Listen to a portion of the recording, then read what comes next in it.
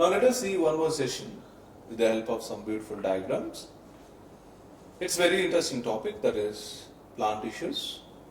In the previous video we have seen the introduction of plant tissues, right?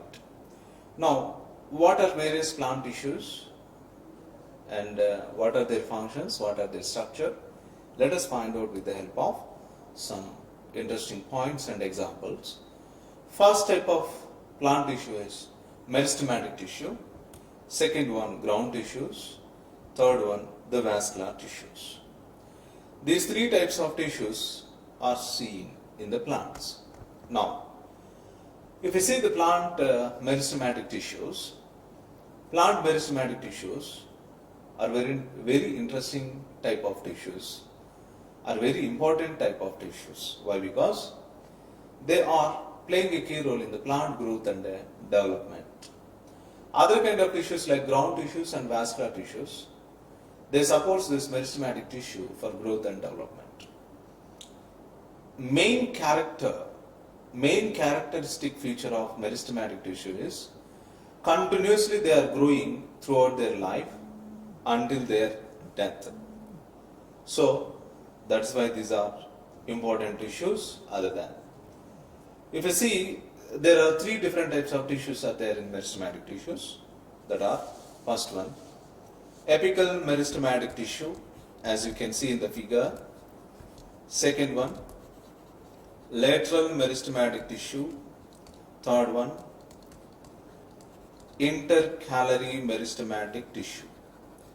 These are the three different types of tissues that could commonly found in the plant body during regular growth and development. Apical meristematic tissue just found at the tip of the plants. Suppose take shoot is the apical region of the plant, right? Root is the end part of plant.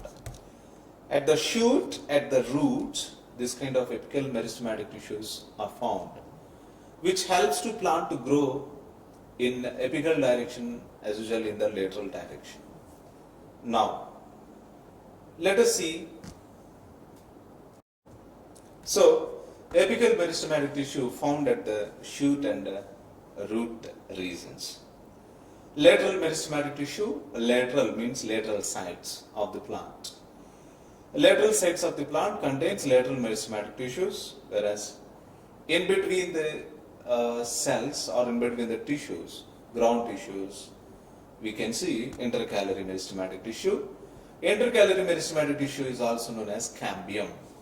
This cambium forms cambial rings, which are known as annual rings, which are indicating the age of a plant. Now let us see some common functions of meristematic tissue. The first important function of meristematic tissue is they helps in the process of growth and development. They helps to grow the plant in the roots and shoot and tips.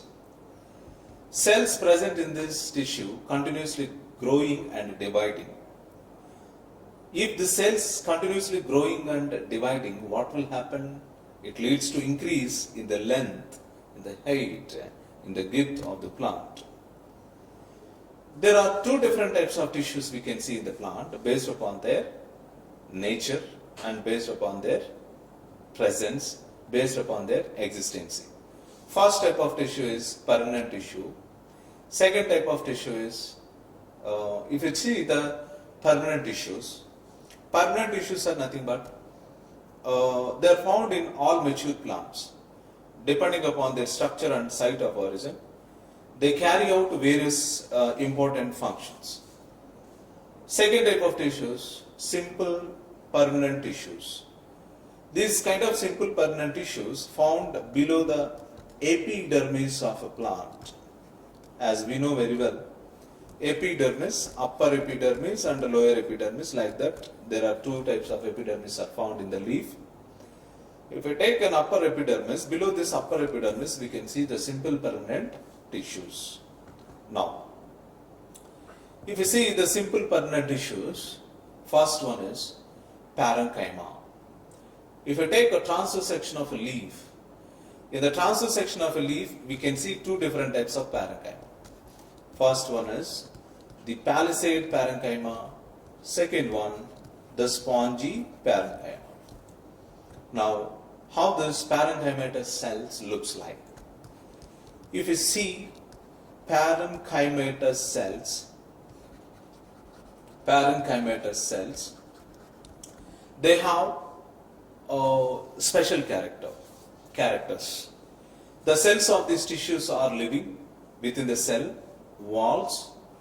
Cells can be oval or round in shape. Collenchyma, second type of simple permanent tissue, collenchyma. These cells are living definitely and have an elongated shape. The corners of the cell wall are thickened. Sclerenchyma. What is a sclerenchyma? Cells of the sclerenchymatous tissue are dead. Do you know? The collenchyma provides mechanical support to the plant body. Suppose take a large plant, whatever it is, whether it is a palm tree, whether it is a neem tree, whatever it is. During normal wind blows or high wind blows, plant can withstand from all kind of natural disasters because of collenchyma. Whereas if you see the husk of coconut made up of sclerenchyma, which is a dead tissue. Parenchyma, which is nothing but it is a living tissue, contains living cells with a thin-walled, unspecialized structure, adaptable with the differentiation to various functions. Already we know very well about collenchyma. Now let us see about the complex and permanent tissues. Now, the complex and permanent tissues, only there are two types of complex and permanent tissues are found in the plant body, which helps in the transportation of water and nutrients to various parts of the plant. These two tissues includes xylem, that is the first one, and phloem, that is the second one. These two most common complex tissues found in plants, and which are complex tissues because these kind of tissues like xylem and phloem made up of more than 3 different types of cells. They are made up of more than 3 different types of cells. So that's why they are called the complex and permanent tissues. I hope so everybody understood, right? And as you know very well, in the xylem, water transport in one direction, transportation of water occurs in one direction. Whereas in the phloem, the transportation occurs in two directions, which means bidirectional transportation is seen in the phloem, unidirectional transportation is seen in the xylem. Whereas in the phloem, bidirectional transportation is seen. Right? Clear, students? About remaining tissues and their functions, already we have discussed, and we'll meet in the next session once again with a new topic. Until stay tuned. Have a nice day. Thank you.